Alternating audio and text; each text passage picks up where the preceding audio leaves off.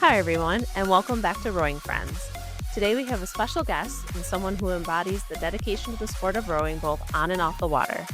Dave Cusano has been coaching since 1999 and has spent the last 21 years leading the Fayetteville Manulus High School rowing program in Manulus, New York. Under his guidance, FMHS crews have claimed multiple New York State titles and made their mark on the national stage, from the SRAA championships to the U.S. Rowing Youth Nationals. His athletes continue on to top collegiate and international competitions with medals at the NCAAs, Canadian Headley, and World Championships at the U19, U23, and senior levels. Dave's love of rowing goes beyond his high school program. He plays key roles at the Chargers Rowing Club as coach and equipment director, and he has been a steady leader in the New York State Scholastic Rowing Association as treasurer since 2005. A proud Liverpool high school grad and former SUNY Buffalo lightweight rower, that's where we met him, Dave also balances his coaching life with a professional career as head of digital design and production products at Ramble, a global engineering firm. We hope you enjoy our conversation with Dave. Do you have questions for Dave? Did you make actual questions? Oh boy. Well, I mean, just curious questions. Sure. What has life been like? I mean, I've seen you at races and With your younger twin? what's that? I said with your younger twin, Oh. your daughter. Yes, I get that a lot. Yeah, yeah. A lot of It's people so funny how I know people with like multiple kids, and it's always like there's always one that is just like, yeah, there's no mistaking that you know, you're that, one usually it's one of the parents, right? Yeah. Yeah. So, Yep. Yeah. but Also like how she moves too. People say she oh, really? Oh, okay. Yeah. yeah, I've she seen them. moves very I'll see your videos like on Facebook or something like that. I'm like, oh my gosh, she rows like Kate. I'm like, Oh, yeah. I'm like, Oh boy, that poor thing. Yeah. no, you're an excellent rower. Yeah. Looks great out there, just like you. Yeah, yeah, yeah. So, yeah, how was your season this season, Dave? It was, yeah, I was saying, Adrian, it was definitely one of the big things with my athletes, and sometimes it drives them nuts, but we always try to pick like a season mantra. And this year was definitely like get knocked down 7 times, get up 8, because it just seemed like between Mother Nature, illness, injury, and then just having the season be a week shorter than normal. It was only 9 weeks. It just seemed like it just went so fast. But I think the nice thing is that, so I think this is our third year now. So we train at a church in Manlius during winter and then until we can get on the water. And about 4 years ago, I had a dad knew somebody that owned like a fitness store here in town. And actually the guy running it coincidentally was a guy that I rode with in high school. And he reached out to Gavin and said, "Hey, look, I got these like metal frames in a warehouse that I bought, when they first came out, thinking everybody that buys a rowing machine from me is going to want one of these things." He's like, "And they've been sitting there. So does your team want them?" So we ended up with 16 pairs of slides. They just gave them to us. Wow. So what we started doing 3 years ago is every erg piece, the kids are on slides. And we start out singles, and then as the season progresses, usually like mid-February, we'll start doing doubles. And then our gym space is actually big enough we can do triples and fours. And I think what I found, it was an experiment the first year. I'm like, oh, I don't know if this is going to work or what. But what I found is that when we got to the water, I had to spend much less time getting them up to rate. Mhm. So that was like a saving grace. Like, oh my God, so we've been doing it now for 2 years. So the nice thing is, usually when we get on the water, it's not, having to get them up to race pace. They're kind of there already. But the hard part is, we get a mix of athletes that, I'm sure Shen is and Erie is the same way. It's like a mix of kids, right? You get the kids coming back from last year, but then you get the kids who were novice last spring, but then you get some of them who rode the fall and they get the technical work in the fall, and then you're trying to play catch up with the ones that don't. But yeah, so we had 32 girls this year and 5 seniors. So it worked out. We just put all the seniors in a four, and then everybody else rode 2 junior 8s and a junior four. One of the 8s and one of the fours made nationals. I think both ended up 17th overall. They were second and third at states, and then 17th for all both boats at SRAAs. So would have liked to see him a little higher. But again, like my junior four was probably a little faster speed wise than the junior eight. But I had two girls that were they raced at states on Sunday and I could tell that day they were off and Mhm. then they were sick that entire following week. Mhm. So that boat didn't go back out in its lineup until the Monday before SRAAs. So we got like three practices and then but yeah. So there's kind of that kind of season. Yeah, and oh my God, that weather at SRAs, the Well, water and the saving grace is that's what it had been here. yeah. So like for once, Mother Nature Mhm. played it right. But yeah, it was I struggle a lot with when you're coaching, it's like, it's always hard when there's an asterisk, right? Mhm. Like, we did everything we could have done except there's this asterisk of the water conditions or the wind or, Mhm. and I like the Saratoga venue. It's just that there doesn't seem to be a place in New York State where we need like a Nathan Benderson of the North, right? We need a Right. Benderson Park of the North. I mean, it got so bad one year for the hell of it. I just went on Google Earth and I started looking for like bodies of water that were like 2,500 meters long, roughly, Yeah. because I think we've tried everywhere, right? Yeah, Delta it's Lake in Rome, Whitney Point. yeah. Good luck here, unless you put a What's dome, yeah, what's the downside of the places where it used to be in those two other locations? Delta was very windy and because it kind of funneled, and Whitney Point was the same way. Okay. So, and Saratoga's nice because it's wide enough to do 10 lanes. Yeah. So it's just unfortunate that body of water, like any body of water, can be very susceptible to the weather conditions. So, Yeah, and the um, flooding was insane this yeah, year. yeah. But Yeah. see, our place was flooded already. Mhm. Oh, okay. So, I mean, Yeah. so we were, yeah, my docks were, when it gets as high as it did here, we have certain parts of the river we can't go on because the water actually goes up into people's property. And in the past, we've had state troopers get called, because they're worried about erosion. So yeah, so it was already flooded for us. So our kids were used to dealing with the water for a change. But even SRAAs in Camden, I mean, Mhm. I don't think I've ever been in Camden for nationals when it didn't peak 70 degrees, Yeah. right? I Wow. mean, I remember being in the parking lot at the finish line and 97 degrees and, the kids are Mhm. picking up their black Vespolis and, second Yeah. degree burns on their shoulders. And Oof. so there's the fact of, that, I mean, that was the only saving grace is that the weather kind of stayed consistent. So it Yeah. was what our kids were used to. Cause normally we go down there and the kids are, they go out for practice and then that night at the hotel, they're like the color of Adrian's shirt, one day in the sun and it's just like they go Yeah. up in flames. Yeah. But yeah, it's so bizarre, Mhm. But even like, all the teams around here, even the the field sports, I was getting emails from our high school like this field's closed, so it wasn't Mhm. just us, Yeah. but it just made for the only good thing I said to Adrian earlier is that the girls just had a really positive attitude Oh, and that's they were good. a really fun group. Mhm. So it made it, as much as me and my assistant coach were freaking out about we're not getting this done, we're not ready for Mhm. this, we had to take a step back and say, well, as long as they're having a good time, then maybe Mhm. that's all that really matters. You Yeah. know, we know that we know that the results could be better if we had had this work and this work and this work, but you know what? Ultimately, if they have a good time, then Yeah. that's all that matters, Yeah. you know. Well, So that's what I mean, Adrian and I always talk about, right? Rowing's yeah. to be fun. That's the bottom Well, line. it's yeah, like Chris Ludden, the Baldwinsville coach here, like, I remember talking to him a couple of years back and he's like, because I was like, how do you not get stressed out about this stuff? He goes, look, as long as they're better at the end of the season than they were at the beginning, I've done my job. Mhm. And if they happen to do well at races and get medals, so be it. Like that's Mhm. just part of the process.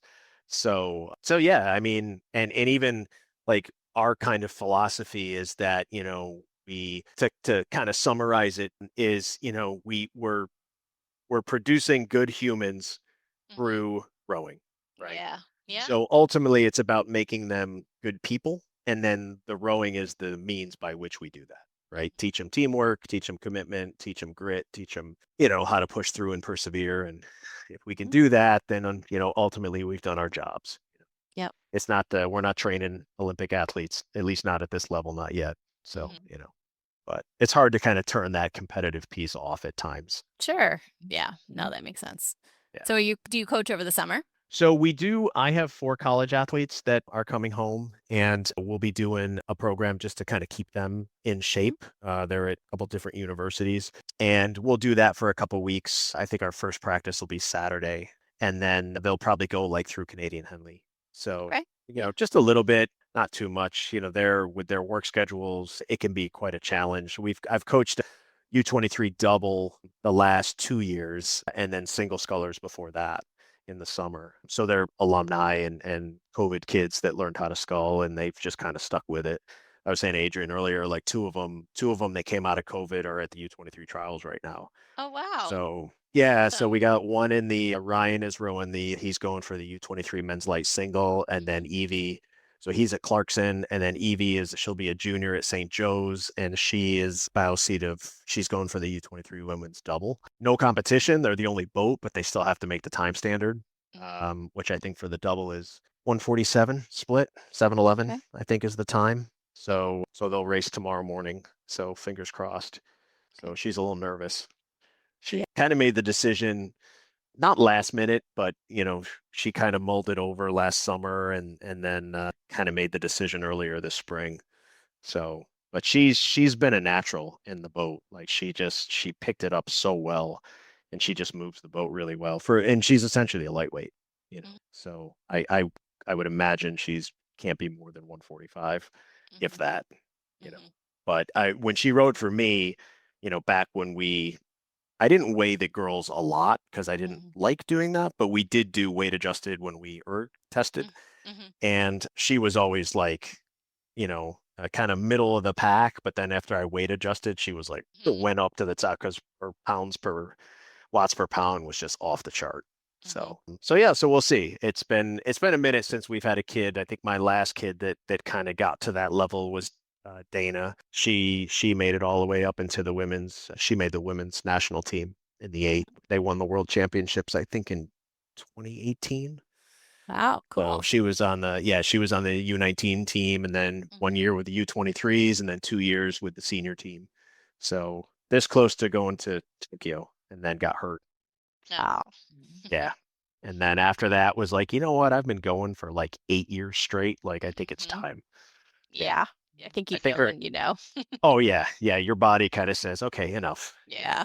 She had, I think 2018 was her best year. So 2018, she went to Cal Berkeley on a scholarship. And so I think that year they won the Charles, they won the Crew Classic, they won Pac-12s, they won NCAAs, and then she went to the national team and they won the world championships. So every 8 that she rode in that year was undefeated. Yeah. So yeah. So it's been a minute, and we're a smaller, the percentage of kids on my team versus the student body is actually pretty high. We're a pretty small school, but so it's always nice to have kids that kind of get to that next level, But it is hard, Yeah. I mean, these just even thinking back, like my boys varsity coach, I think she's about 10 years older than me. She was a coxswain, but we were talking like, back when we rode, like not to back in my day, But yeah, I mean, like these kids today, it's like, coach, I won't be at practice because I got this concert, or hey, I got this science Olympiad, or I got this Model UN thing I got to do, or I got this AP exam I got to study for. And I'm like, okay, when do you sleep? Yeah. Like seriously. Yeah. I just can't imagine. I'm sure you can attest to it. Like I just can't imagine the level of stress that these kids live with, I was just talking about it at work with someone, and we were saying if she has grandchildren that are like same age as like my kids. Yeah. And she was saying, we always talk about the college students being stressed out, and we're like, God, we got to worry about these high school students because they don't have as much time to work with. They're so scheduled, and then they have such little time that they get to decide what to do with the time. And most of the time they're deciding on whether or not to do their homework or not. Yeah, right. Or go to sleep or eat, like 17-hour days. I mean, they could get up at like 5:45 and they don't come back to the house until 7-ish. So it's like, Yeah. Well, and my kids so my athletes, Fayetteville is on the eastern side of Syracuse. So my kids are on our buses about 45 minutes one way every day. So they're on a school bus just to and from practice for an hour and a half a day, on top of a 2 hour practice, on top of, yeah. Yeah. So it's just, yeah, I can't, you know, Mhm. um, and you got to be accommodating, and you got to make sure that, you know, we always try to take the approach that we don't want practice to be like, we don't want our team to be one more stressor. Yeah. So I'm usually like, all right, do what you got to do and we'll deal with it. I have extra kids, but we just don't want ours to be one more thing that they have to do every day. Yeah. Yeah. But it gets harder and harder every year. Yeah. So the expectations are just, so Yeah. high. Yeah. No, I agree with that. Yep. Like we always joke with the parents at our banquet, like we don't take for granted the fact that during the spring season, we might see your kids more than you do, you know? Mhm. So, they come home, they grab dinner, they go do their homework and they're in bed, right? Like, Mhm. we don't take that for granted. So, Yeah. but yeah, it's just, it's a commitment. Yeah, and like the spring racing season is so It's like, condensed, and yeah, it's when everything is just like ramping up to the yep. extreme. So, Yeah, we have like junior prom mixed yeah. in there. So our junior Mhm. prom is the week after states, SATs. We have our Yep. sectional regatta the first weekend in May, and that's always SATs. And Yep. so yeah. I have a couple girls that I can usually read by their face, the ones that are the very studious ones. I can tell Mhm. what type of day they had. They don't hide it very well, you Yeah. know. But, we started, even with COVID, like just before COVID, we had started to see a change. And so we had started to try at least once every 2 to 3 weeks to do just hey, how's your mental health doing? Mhm. Like so we try to build that into our practice as well, about, good strategies and things that they can do, and how to prepare for, we used to do a lot. Notice they would get really ramped up around ERG testing, Mhm. and so we did a lot of things to help them deal with, how to get through that, and hopefully that's applicable to but even just the amount of kids now that just have, ADHD and anxiety, and we've also noticed a little bit of a spike in like kids on the spectrum, Mhm. so as coaches, it's really forced us to kind of change our methods, right? Like what we Mhm. did 15 years ago doesn't work anymore. Right. Mhm. So I think, the coaches that I have 32 kids and I have to coach them Mm. 28 different ways, Yeah. but you do what you do. And coaching is not your day job, right? Like you No. have a full-time day I have a job that full-time you day job. do. Yep. Yeah. So my company is I have a mechanical engineering degree, but it's always hard to explain like what I do, I think. My kids ask me and I tell them and they're like, what does that mean? But basically I work for Ramble, which is a global engineering company. We have about 19,000 people in 36 countries, and they're based in Copenhagen, which is why I was there last week. But we have basically 6 markets that we serve, one of which is the energy market, and we're big into renewables, so solar, wind, and geothermal energy. So I'm basically the head of digital design and production for the entire energy market. So I design strategy around how we do projects and the different tools that we use, and how we incorporate AI and all of these things that are coming. So yeah, so I do that during the day. The nice thing is being a Danish company is they're 6 hours ahead. So everything I deal with is like 6 a.m. to like 1, and then they're gone for the day. Oh my God, So what time do you get up? usually it's about 5, Oh 5:30 every yeah. day. And I am Okay. not a morning person at all, so, and it's always whatever time my first meeting is, I back it up about 45 minutes because I got to make sure I get up, take the dog for a walk, Mhm. try to scarf down some breakfast. And then it's, usually on me. Like today I was in meetings for 3.5 hours straight, you Mhm. know. So yeah, not coaching is not my Mhm. full-time gig. Yeah. Yeah, yeah. Well, it sounds like you really enjoy it and it means a lot to you. It sounds like you put a lot of, yourself into it. So on Yeah, behalf of all 20, of your rowers, yeah, thank you. right, yeah. And the rowing 20, community. 25 years now, I think. Wow. Because I actually started while I was still at UB. I think the last summer I was there is like the first time I started coaching. Wow. So And yeah, you so were it's coaching for Fayetteville the whole time? No, so I actually moved out to the Midwest. I was in Ohio for about 4 years. So right after graduation, I graduated, what is it? What's the winter come? It's like February, right? Okay. 2000, and took a job in Toledo, Ohio. So I moved out there for about 4 years, and then my ex-wife and I, she got a job back here. So we came back here, and I worked remotely for my company there for about 10 years, and then left that company, got hooked up with a company here, basically doing the same thing. And then at the same time, when I got back, because this is where I rode, I went Mhm. down to the boathouse. I remember it was like we moved back here in July. This is like 2004, and went down to the boathouse just to see what was going on, like no intention of necessarily getting involved. I had been coaching out in Ohio for 4 years for a high school out there. And I was also the treasurer for the rowing club out there. And then moved back here, and yeah, I happened to run into this guy, and he's like, "Hey, we need a novice coach." So it was actually FM had just finished their first season. Mhm. So the two coaches they had at the time were moving up to the varsity. So I came in as I coached the boys and the girls novice.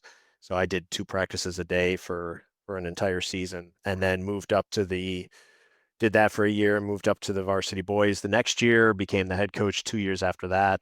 So yeah, so I've been with FM for this was my 22nd season. Team's been around for Wow. 21, team's been around for 22.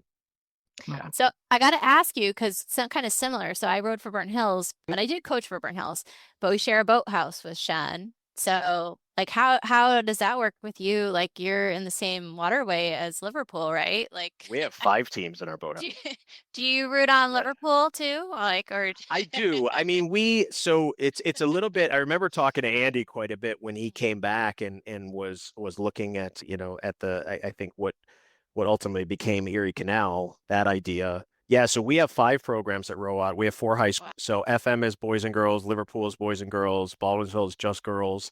And then Mhm. the Syracuse City School District has a team that's just girls. They pull from, I think Syracuse City School District has 4 or 5 high schools, and they pull kids from, I think, 3 of them. And then last spring, so spring of 2024, the Chargers added a spring program for kids whose school didn't have a team. And so now there's 5 teams. But yeah, I mean, we tend to, we're pretty collaborative. Like the boys varsity coach at Liverpool, I rode with at Liverpool, we're the Mhm. same age. Most of the people in the boathouse have, I remember the Beeville girls coach he was kicking around, I think SU when I was in high school. He's about 10 years older than me. So yeah, I mean, I think what we tried to do is, we have our rivalries, Mhm. but I think at the end of the day, ultimately what we try to do as a boathouse is like, look, like for my FM girls, I'm like, look, it's nice to have some competition and some rivalry with Baldwinsville, for example, Yeah. right? Yeah. But ultimately,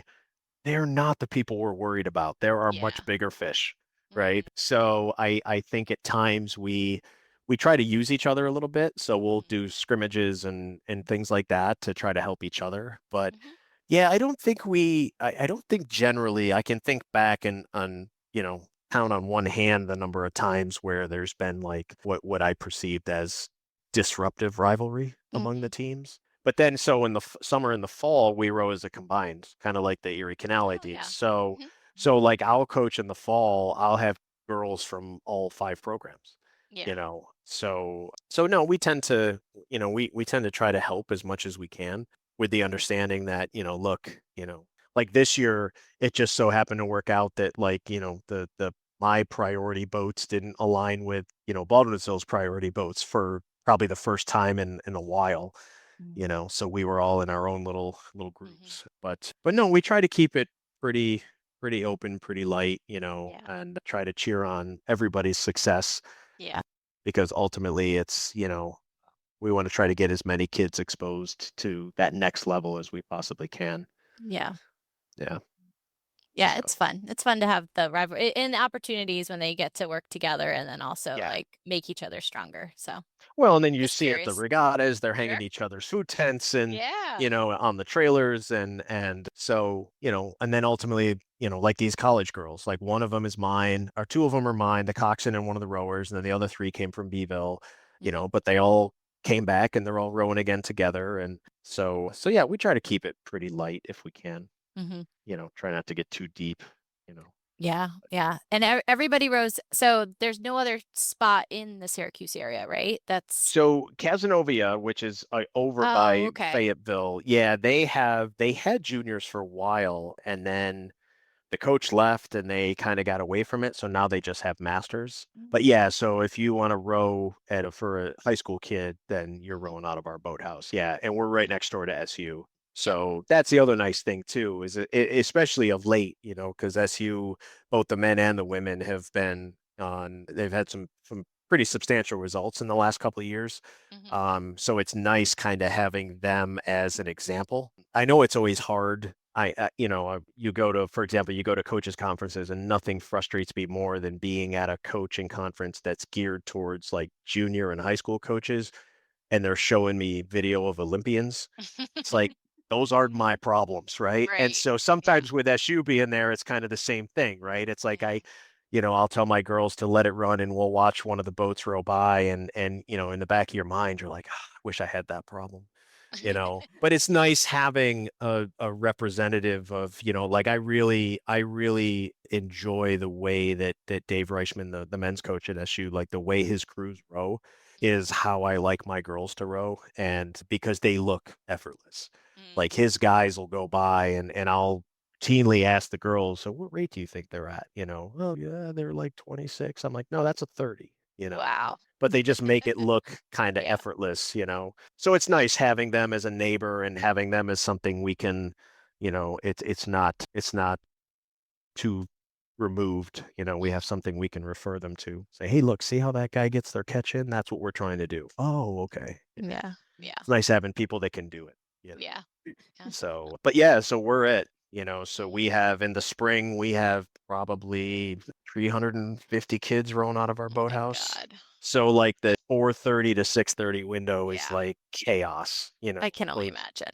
yeah, we have a one-way traffic pattern on the dock. Mm-hmm. Our dock's big enough for 4/8s. And then this year we had a little bit of a hiccup. We have a tree that was kind of hanging out over the dock that I've been warning the park about, and this year it fell.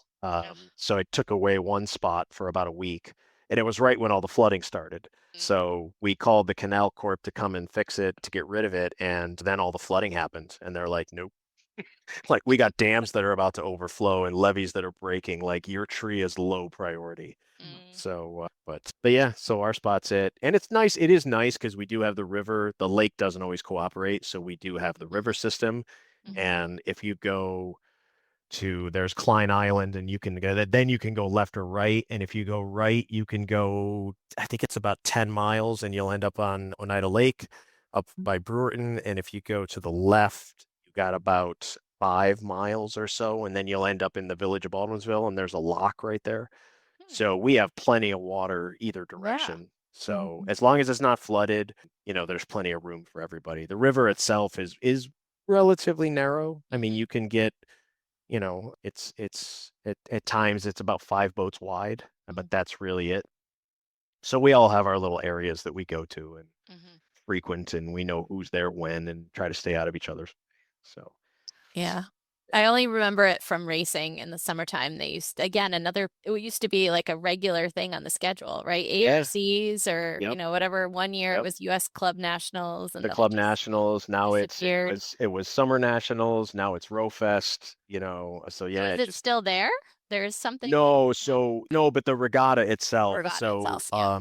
what is it? 3 years ago, I think they combined the Masters and U23, and everything is now one event. Because it used to be two events on two separate weeks. So you'd have the U19 and U23s would be one week, and then it at one venue, and then you'd have to go somewhere else for the Masters and the Open. And now it's all combined. So I think the first year of that was 2 years ago in Cincinnati, Hmm. and then it was Oklahoma City last year, and this year I think is Ann Arbor. So Wow. yeah, we got to wait till it comes back a little closer, unfortunately. Yeah. A little too. We went to Cincinnati. We drove out to Right. Cincinnati, but yeah, we skipped Oklahoma. That was just a little too far. Yeah. And even Ann Arbor is a little bit of a stretch. So, Yeah. you know, but So is that venue just not ideal to be on the lake? Is that the reason? Yeah, so our lake kind of sits like northeast southwest, Mhm. and the wind tends to generally always come out of the north or the northeast. So we do have like the sides of the lake you can go to. So if it's windy, you can either go to the Liverpool side or you can go to the West Trail side. And then the university in the spring actually installs on the west side trail of the lake. They will install a 2,000-meter buoy line for their crews. So then as long as their crews aren't out there, we can go out. So like I did my seat racing out there this spring. But yeah, they've always joked about, why don't you guys bring states to Syracuse? And I'm like, yeah, absolutely not. Because there's no way I'm getting 3 days on the lake, right? We have a course. I have a fully buoyed 7-lane course. The anchors they stay in out on the lake. I got all the buoys in my boathouse, but it's just we tried to do Masters Nationals, Northeast Nationals for a couple of years, and it's just a struggle. Mother Nature just never cooperates. The other issue we have is on the side of our lake where the race course is, as the summer goes on, it gets very shallow. So like where the starting line is, the buoy lines are about 5 feet long, and the anchor line is on the bottom. So Okay. you're in about 5 feet of water, and they've cleaned up the lake, which is a great thing, except now we get patches in the summer that all this stuff grows up from the bottom. So there was a couple years we had regattas and we actually had to hire a weed harvester to go out and run the lanes because the first 100 meters of the lane was just all weeds. Weeds, And the buoys would fall over and it was just a mess. So we had joked about, we actually looked up at one point the company that did the wave attenuation system for Benderson down in Sarasota. And we're like, I wonder what it would cost to like install that system or a system like that on our lake. And we actually we talked to the county executive and a few people, and it just was like, we tried to go the tourism angle, and it was going to be $3-4 million to do it. And yeah, it was a lot, So, but yeah, it'd be nice. It'd be nice to have a place, that we could compete like that where it's not so weather dependent, where, I'm not standing in Saratoga with, my muck boots on and like I've been on a farm for the weekend, with all the hay and everything. And, yeah, nice and longing for those coaches that do indoor sports that aren't weather dependent. Volleyball sounds good right now, So Yep, for 2 days straight. yeah. But then Tim, like my buddy Tim that coaches at Liverpool, like his daughter does travel volleyball. So he's like, yep, I got to go home. I'm going to a tournament and this tournament and that tournament. And it's like, yeah, it's just as busy, just different challenge.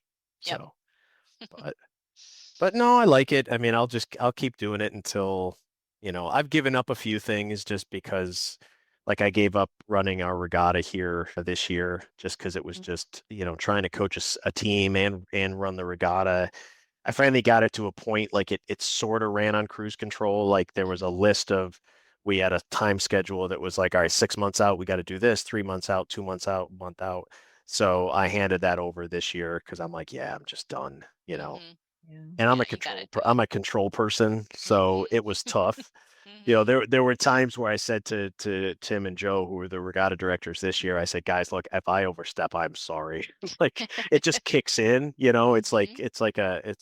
I just don't even know I'm doing it. But yeah, I think it is getting a little bit harder every year, I think, because it just seems like there's like less and less time in between the seasons. And it just seems like it just goes faster and faster, So, but for now, I still enjoy doing it. So I'll just keep doing it until I don't, So, something to fall back on. Yeah. We haven't talked about UB at all. We'll do a little end wrap up. Sure. Just like, what's your favorite UB memory? Oh God. It's funny what you remember, like I try sometimes to share the stories that I can with my athletes, that are high school appropriate stories. But I think some of the things I think what I remember most is, and for the life of me, I can't. Oh, what the hell is the name of the place? The Spring Break, the hotel right next to the big overpass. We right? talk about it a lot. Augusta, Yeah. and it was, I think, a travel lodge, or maybe There's it had a something like different that. It name. was Yeah. the ones where the doors open to a, but a walkway. Yeah. Yeah. So I remember that, and I remember, was it King George's? What was the pub that was like down? I know Tom and Joe would always go Mhm. down there. I remember you could get I forget how many different types of beer they had, but you could like get a shirt if you drank them all. Like Oh there my was a, God. so it's like stuff like that you would like. It's like the weird stuff that you remember. There's like Mhm.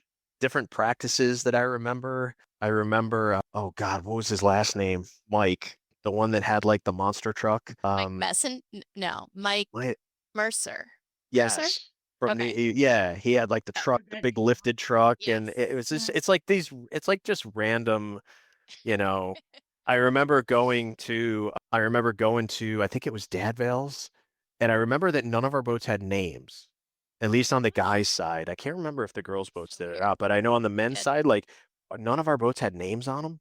And I remember one year, our light eight, we took electrical tape, and I forget who came up with the name. It was like one of the guy. It was like Chris Pichella's age, so a year older than me, Mm. but they put Hustle Stack on the name, was the name of the boat. I don't know where that came from. I don't know what, and I remember we came down for the finals day at Vales, and the heavyweights had redone the lettering so it read Muscle Lack. So That's a because lot of because electrical we were tape. the lightweights, yeah, right. Yeah, I remember driving to Vales and stopping at like what was it, a Ponderosa or ground? What's the one? There was one of them that had like an all you can eat type thing. Mhm. And I remember none of the lightweights could eat. And I remember like Ian Coveney and all the heavyweights would they would get dinner plates, like platter plates, and they'd go to the ice cream machine. It was like a self-serve ice cream machine. And it was like, you know, they're like filling the plate, eating in front of us. I remember Sam, was it Matesic? I think was his last name.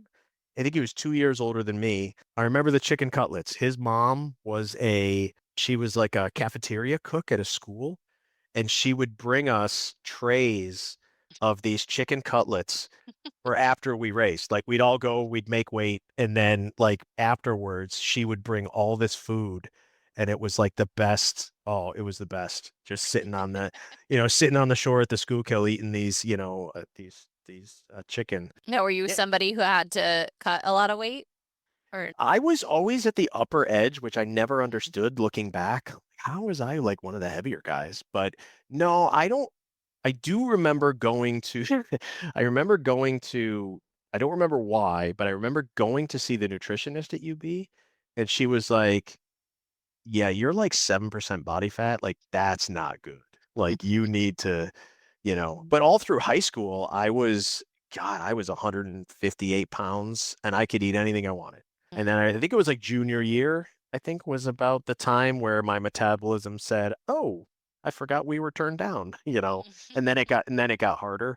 But no, I wasn't necessarily, no, I don't remember ever like struggling to make weight. I remember other people struggling to Mhm. make weight, and of course doing it in all the ways now we know not to do it. Yep. Yep. The suits and the bags and you Yep. know, but yeah, no, I don't remember struggling to do that.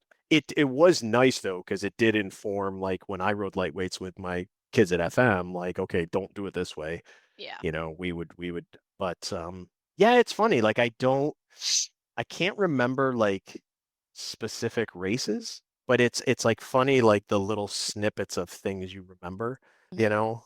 I remember the house that on South Campus that Joe had. Wait, was that Northrop? Was it 49 Yeah, I think Northrop? so. Yeah, Oh yeah. my God, Yep. yes, I I remember that. remember going to like Chris Pachella and Sam and a bunch of those people had a house down by, oh, what was the bar on that end of Main Street? Was it All right, yes, Main? here's the quiz. All right. Can you Yeah. name all the bars on Main Street, Dave? Oh my god. So the first one was PJ's. That BJ. was the easiest to get into because they had G Bottoms. yes, PJ Bottoms, because they had on Tuesdays, was it Tuesdays was jug night? You could pay $5 and you got a glass jug about this big of honey brown, Mm-hmm. right? And you could bring the jug back. And then kind of the next block down, next to there was a convenience store, and then it was Molly's, right? Yeah, Wilson with like Farms and the Wilson Molly's, Farms, and then Molly's was like the Irish one, and then the steer, the steer. third base, right? That was the one Base. way down. That was like the last one before you got to the viaduct, right? Is I that don't it? remember it being that far down, but maybe it No? was. Or Maybe. what? I don't remember. I remember going there. But those are the four that I can remember. Yeah. And then there was a Something few with down. there was something with monkeys, I feel like, right? Or Maybe that sounds familiar. Yeah. there But was we always something went. with like a Yeah. cage. Oh God, no, I don't remember I'll have to follow for up that one. another. Follow up on that. Yeah. Yeah, I remember we would always do Molly's and PJ's. Like, because I remember the steer was hard to get into Yep. because they always had off-duty cops working the door. And then, yeah, maybe it's not. Maybe third base there was then one more. It was on a corner, is the last one I'm thinking of. It was down, I think it was on the same street that Chris and those guys lived on. So when you're saying down, you're talking like towards downtown, right? Correct. Yeah, yeah. If you went Yeah. down, I remember it was big. It was a bigger bar. It was on a corner, and it was like all glass. The bar was in the middle, and it was like a rectangle. I can't remember the name of it, Yeah. but yeah, That's I a good remember one. doing some stupid stuff. I remember being the designated driver once. A friend of mine had a big Ram Charger, big SUV, like big two-door SUV. I think we had 21 people in that thing. Oh my. Yeah, the whole way back to North Campus, I was like, please don't get. Please, I was driving. Like, please don't get pulled over. Oh my Please. gosh. We had people sitting on the armrest, like, yeah. Hmm. So, but yeah, it's like random Yeah. stuff like that you Random stuff. remember. Yeah. Were you there the day when the boys we were talking about with Wendy, they sunk I at know West exactly Side? what you're talking about because I Yeah. was one of the people in the water. Were you? I was. I was in the launch, and yeah, it was me and Jim and forget who the other coach was. So it was me and two coaches. We were in a John boat, which is probably the first mistake looking back because those things are just not. They don't make good safety launches. And I remember the two-seat caught a crab, went in the water, and Mike was in the bow seat, and he was a lifeguard, and he knew that, and I can't remember the kid's name. He knew that the kid that went in couldn't swim. So he, before the coaches could do anything, he jumps in after the kid. So now we got two people in the water. And I remember they swam over to the launch, and I remember we pulled the one kid that had caught the crab. We pulled him into the launch, and then Mike actually went to the front and grabbed the front of the John boat and like did one of these to get himself out. And when he pushed down, he pushed the bow under the water. And it was literally like the Titanic, right? Like the boat went like this.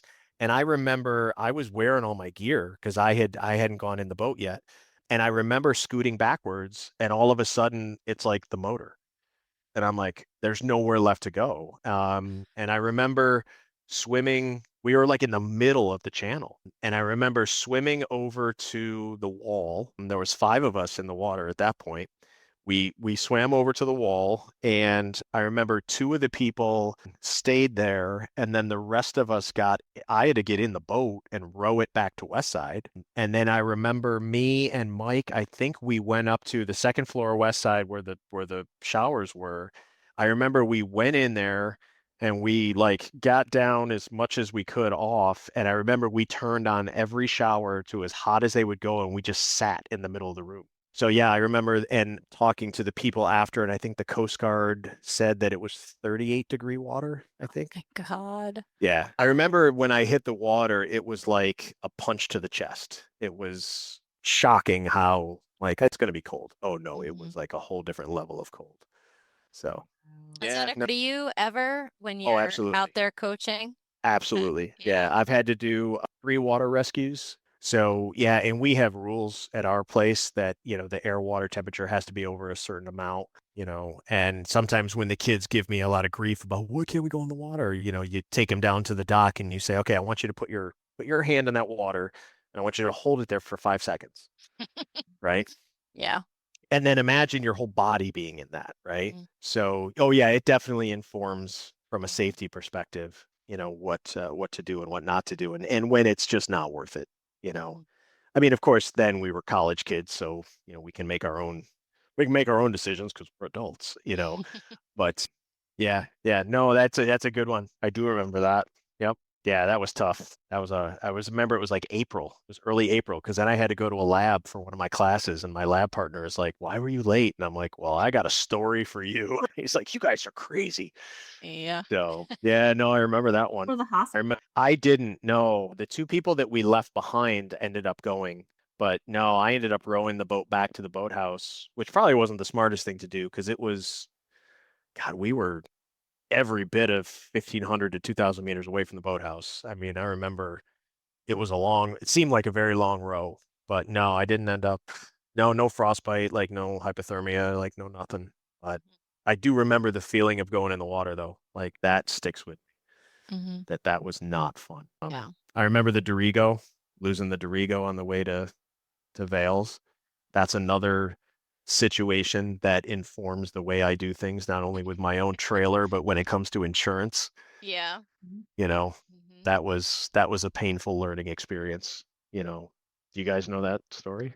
Is that the one? I don't know if it's the same story that Wendy told us, or if She it's was a in the different truck, one. I think.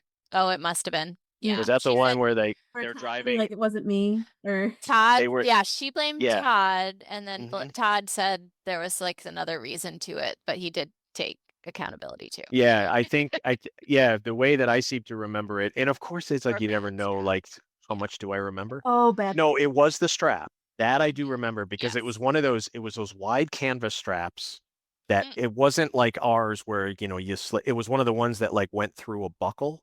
And Okay. it was exactly the reason that you don't put a strap against a rigger bolt because that's what happened. Mm. It actually, the rigger bolt sawed its way through the strap. Okay. And Well, there you go.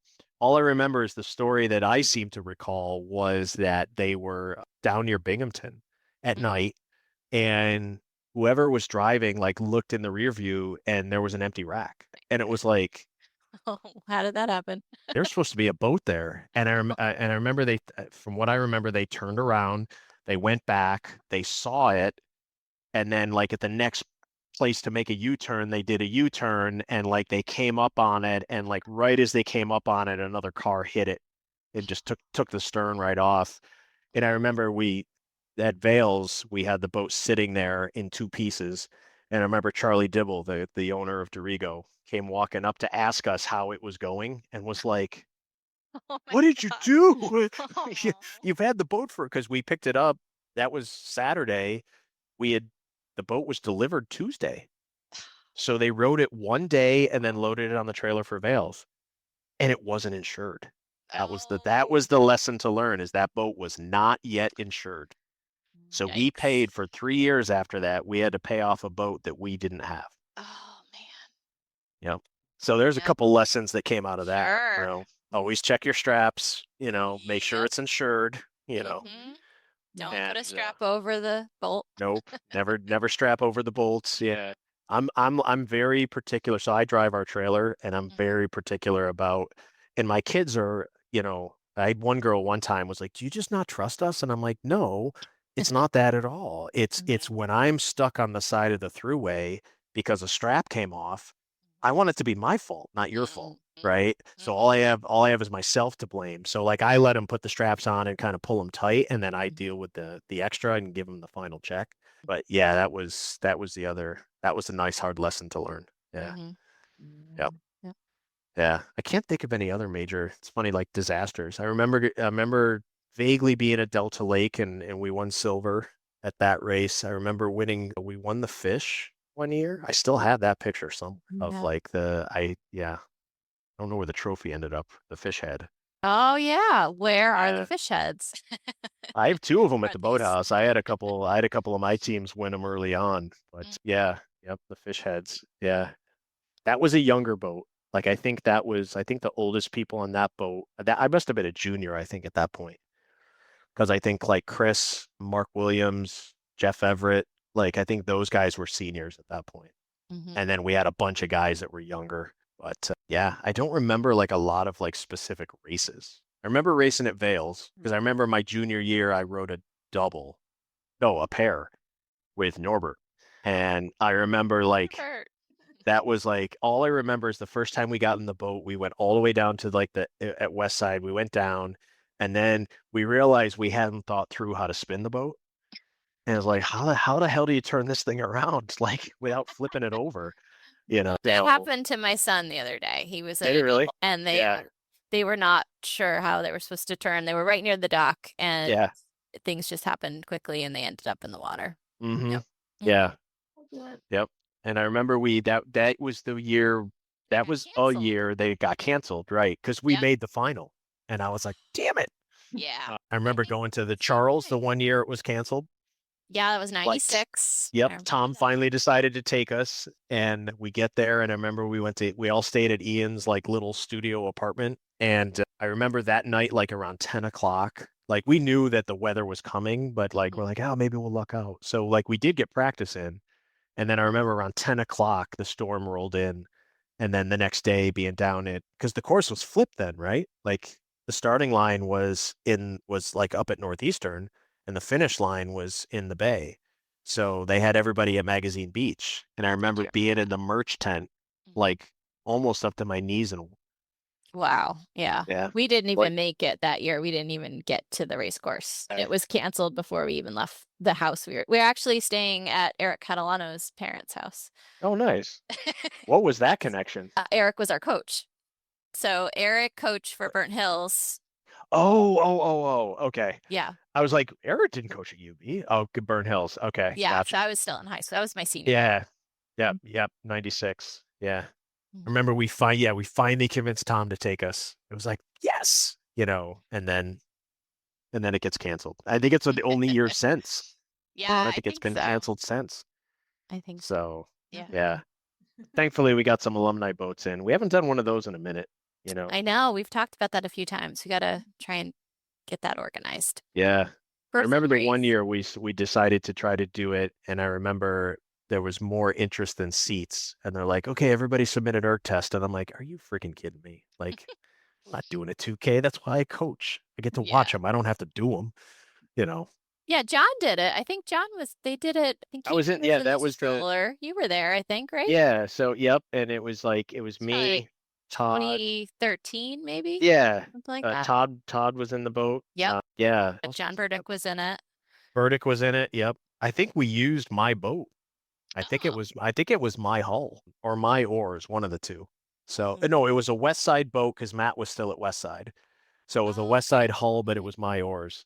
And then I know the only other year we did it, it was me and a bunch of the heavyweights. So it was like Neil, oh God, Keith. I was like, who's Shanley's husband? Keith and that whole group. And I think Shanley was our coxswain. I think we hit the bridge. Well, you know what happened. It has been a minute. Not uncommon, right? Yep. So yeah, I think I've done it twice as in an alumni boat. But yeah, it'd be nice to I think the hard thing is just like where everybody would be. Yeah. The Charles seems to be the one place where, you can have the best chance of getting everybody together. Maybe the fish, but yeah, we did the Genesee a couple years ago, Adrian and I, but it really was like we were the only two from anywhere. The gap was 2000, 2001, and then everyone else was like 2019 to 2017. Wow. And Adrian and I were like, okay, let's just try and keep up here. Yeah. I would love to know where some it's so funny now with like social media, there's a bunch of the guys that I rode with. I'm like, I wonder where they are. I connected with a few of them, Chris and Mike out in Montana and, Sam and, Keith and some of those guys, Ian, but like there's other guys that just like disappeared, I remember Mark Williams, Jeff, Everett. I think I'm still friends with Deshaun on LinkedIn maybe, but like he was another one. Yeah. These are names I don't know, so they must. Oh, really? Okay. Yeah, these are. No, well, yeah, Jeff and Mark were a year older than me, so they're Chris Pacella's age. That group. Deshaun was my age, it was like me, Mike, Size, Deshaun. Yeah, I'm drawing a blank now. Tim, he was the National Guard guy. Oh yeah, Tim. He was like right. No, he was like 6 years older than us. Yeah. Right? Because he had done a deployment and then he came back. Another person. No, it was Tim. I could see his face. I can't think of his last name. I just remember like his trunk. He always had his gear like ready to go because he could get called at a moment's notice being in the guard. Yep. But yeah, I remember being on the creek, Yep. So I have a kid right now that's rowing at UB, and he's trying to like get it going again. Yeah. Yeah. Chris Caiello. Yeah. So he asked me for a bunch of advice, in the fall, back when he's a freshman or just finished his freshman year. So yeah, so he's trying to kind of kickstart it again. It was kind of sad to see what happened to it, Yeah. with Elizabeth. Bissonette. Yeah, Bissonette. Bissonette. Yes. Yes. There Sorry. you go. Yep. Hi, Tim. Yeah. Yep. But yeah, it was sad to see what happened to it. Yeah. It's always discouraging, especially when, at least from the stories I heard, that the university was just not, Mhm. willing to kind of do the right thing for them, Mhm. you know. But, rowers, we are persistent, and We you are. can't keep a good rower down and a good rowing program down, and we will Yeah. get them help in any way we can. We will. Yeah, absolutely. Yeah, absolutely. I think I have 3 or 4 kids there actually right now. I mean, it's a great school. Oh yeah. I mean, yeah. I drove by it going to Henley last year, I think, Mhm. and just shocked. Like one of these days I need to pull off and just drive around campus, you know, Well, see maybe if we my should just mem- all do alumni day there. Yeah, Like, I mean, see that if would my be fun. memory's as good as it was, Yeah. wherever, how to get around, Yeah. Wonder if I could find, I lived on Elmwood my senior year. Like, I wonder if I could find my apartment. I remember super convenient to get to West Side. It was like right down the road. Yeah. But yeah, Yeah. so yeah, we'll be back up at West Side in the spring, or no, in a couple weeks actually. Oh yeah, are you Yeah. doing what is that? West Side Invitational? The 117th West Side Invitational. Oh, very nice. Yeah.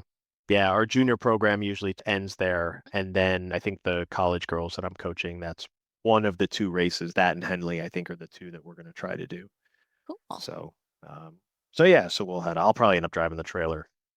Me and the dog will head up and hang out, you know. Hopefully, I wonder if Matt will be up there because he drove the Three Rivers trailer last time. So I couldn't go last year because I think I was on vacation last year. But Mhm. yeah, 2 years ago. Yeah, so it's been 2 years since I've seen Matt. Yeah. Cool. Well, Yeah. that sounds like fun. Yeah, we I don't. still see Joe every now and again too. Joe The head. Higgins? No, Or the Joe? Krakowiak. Oh, Joe Kroll. He was Yeah. he was Oh, helping out. I think he was helping out like at BSRA. Really? okay. Yeah, and so that the split that happened in Buffalo, he was helping out at the Canisius boathouse. So looks like they're working together this summer. Yeah, they finally mended fences and came back together. I think it's been long enough since the split. So Rowers can be like that. Like we can like pick up our oars and like we're not gonna play with you anymore. I mean, I see both sides of it, right? I mean, Matt told me the story of the split, and I get it. I see both sides of it. Nobody likes to be told what to do, but if you're going to live under somebody else's roof, you're obliged to their rules. Yeah. So, but yeah, it is nice. I mean, I think they came together for well, no, I think last year was just the BSRA side of it. But I remember seeing those boats and being shocked. Like, Yeah. those At boats Henley, fast. they were. Yeah, Yeah. they were I big. remember that too. It's like, holy crap, where did this program come from? Yeah. Because that program, I think that was the first or second year. And that's So, a lot of Canisius, right? yeah, I think it That's very was. Yeah. Yeah. Yep. Yeah, a lot of alumni. Like those guys were big. It was them. Who was the other one that we used to support from Long Island, like them that way? We used to see their boats a lot. Yeah. So yeah, it was nice to see that. Yeah, I saw the announcement that they're kind of joining forces. So nice to see them playing nice again. Yeah. Always good. Probably been long enough. Mend some fences.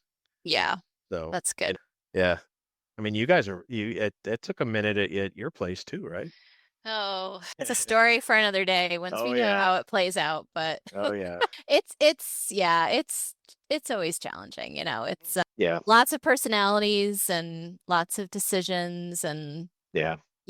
money and all of the Yeah. above. So Yep. yeah, I'm glad it happened when it did. I mean, I think it was good, and I think the kids really got a lot out of it. So Yeah. there was a lot of good to it, and I think Yeah. hopefully, like with Westside and the BSRA, like someday, I would love to see other teams. We got Niskuna right down Yeah. the Yeah. river from us. Yep. join forces and team up, because it sounds like that's the name of the game. A little And bit, yeah. in the summertime, it's really hard to compete, when you got Yeah. these smaller teams. I mean, for Shen, this spring, there were 8 girls total that weren't middle school. Yep. So we had that were rowers, because there Yep. was 3 girl coxswains, but then there were 2 freshmen, 2 sophomores, 2 juniors, 2 seniors, and out of those 8, we still did well. I mean, Yeah. we had a double that just raced earlier today at Youth Nationals. Reminds me a little bit of, have you guys read, what is it, Chariots and Horses? It's the story of, oh God, what's the Canadian team that I keep wanting to say McQuaid, but it's not McQuaid. That's Rochester. They're Canadian, Ridley College. Oh, So yeah. it's a story of, I think it's Jason Dornan. Hmm. So it was like he had left and came back to coach, and it was kind of like what you're saying. Like he had exactly, I think, like 6 guys or 7 guys. It was like a 4 and a double or something like that. And it was just like they did a whole lot with very little, like numbers wise, right? Yeah. Like they almost had an 8 and then they lost a guy, but it was the story of like this one season where they went and they like won schoolboys, they won Stoats, they won nationals, they won, and it was like he literally had enough people to field 2 boats. Yeah. But they did that well with just that Right. group of 7 boys, Yeah. So it doesn't always take a team of 40 kids. Sometimes it's just having 8 kids that want to work.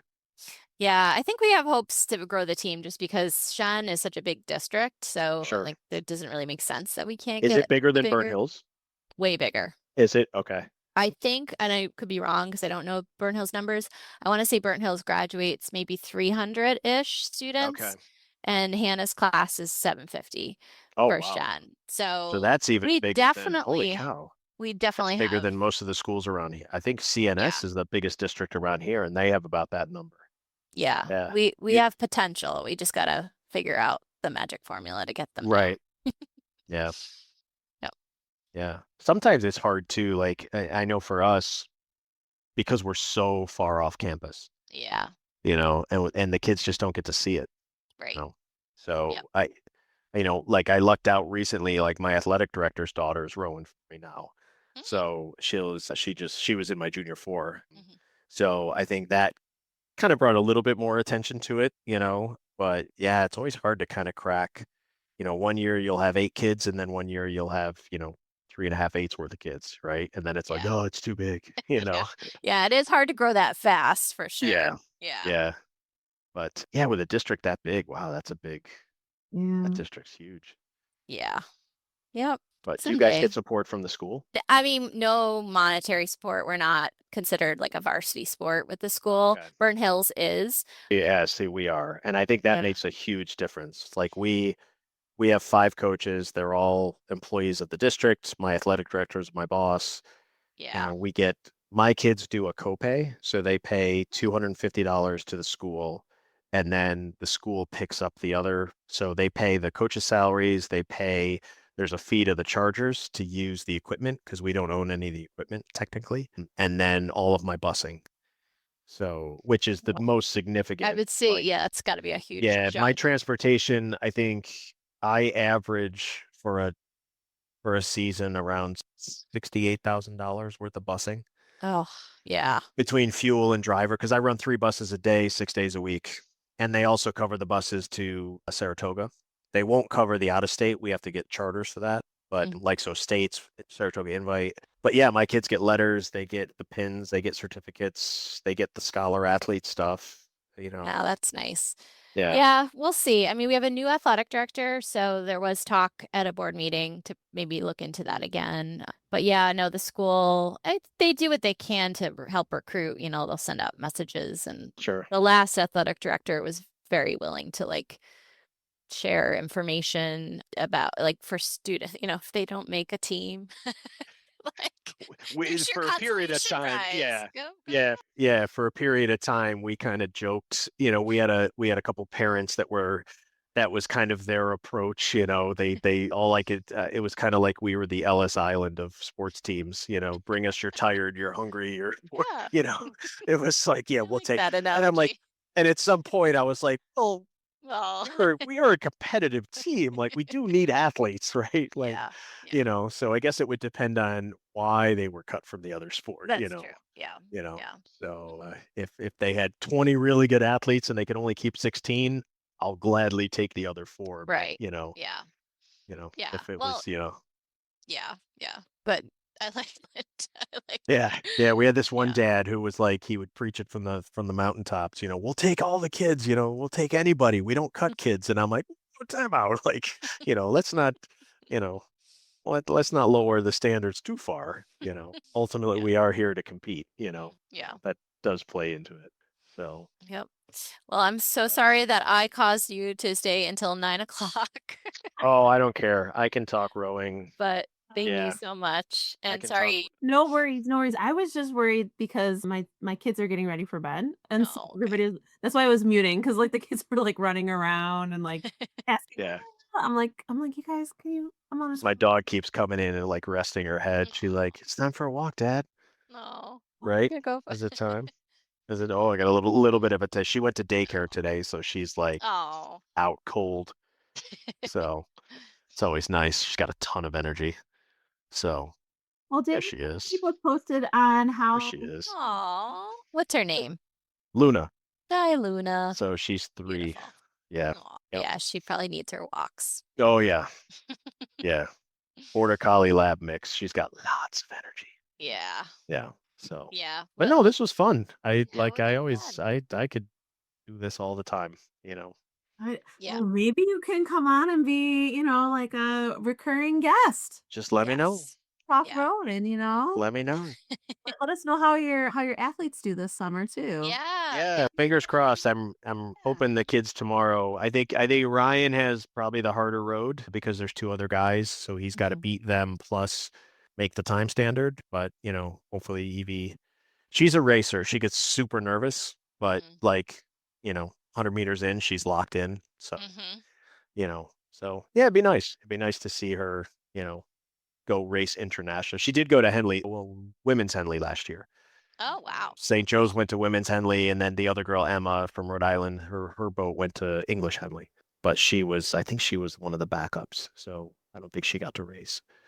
But Yeah, I know. We went. I was telling Hannah, I'm like, if you look at Rhode Island, which they do a good job recruiting, like they're Mhm. definitely like the big funnel. I get the sense like they embrace it with a wide group.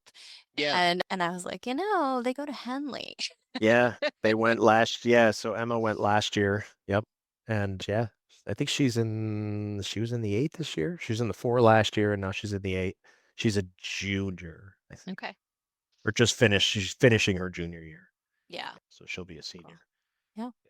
Yeah. All right. Well, let's do it again. Thank you so Absolutely. much. You know where to find me. So yeah. Catch you between seasons. Yeah. Yeah. That's the key. That's the hardest part. Yeah. Like Yeah. normally I'd be scarfing down dinner if this was like a month ago, Yeah. Do, trying to like, get late everything. summer check-in, and then Yeah. holiday. Pre-fall. Yeah. Yeah. That works for me. I'd love to do it again. Yeah. Very Yep. cool. Okay. Yeah. All right. Sounds good. Well, Yeah, well, hopefully yes. we'll see you at a racing venue here sometime soon. Yes, definitely. One or another. Are you Yeah. going to Buffalo? No. I mean, I'm not planning on it at this point. Are you guys going to Henley? I don't know what Hannah's doing this summer yet. So I don't know. We have a wedding in Buffalo on the 2nd. So we will be in that area, Gotcha. and we might even stay for Henley, or we might not. I don't know. We're still deciding. Well, maybe we'll see you there. Yeah. That'd be cool. Yeah, Very definitely. cool. Yeah. Excellent, everyone. Well, thank All you. right. Yeah. Sounds good. Yeah, no problem. Great catching up. Thank you. Hannah's on. Yeah, sounds good to me. All right. All right. Good night, everybody. All right. See ya.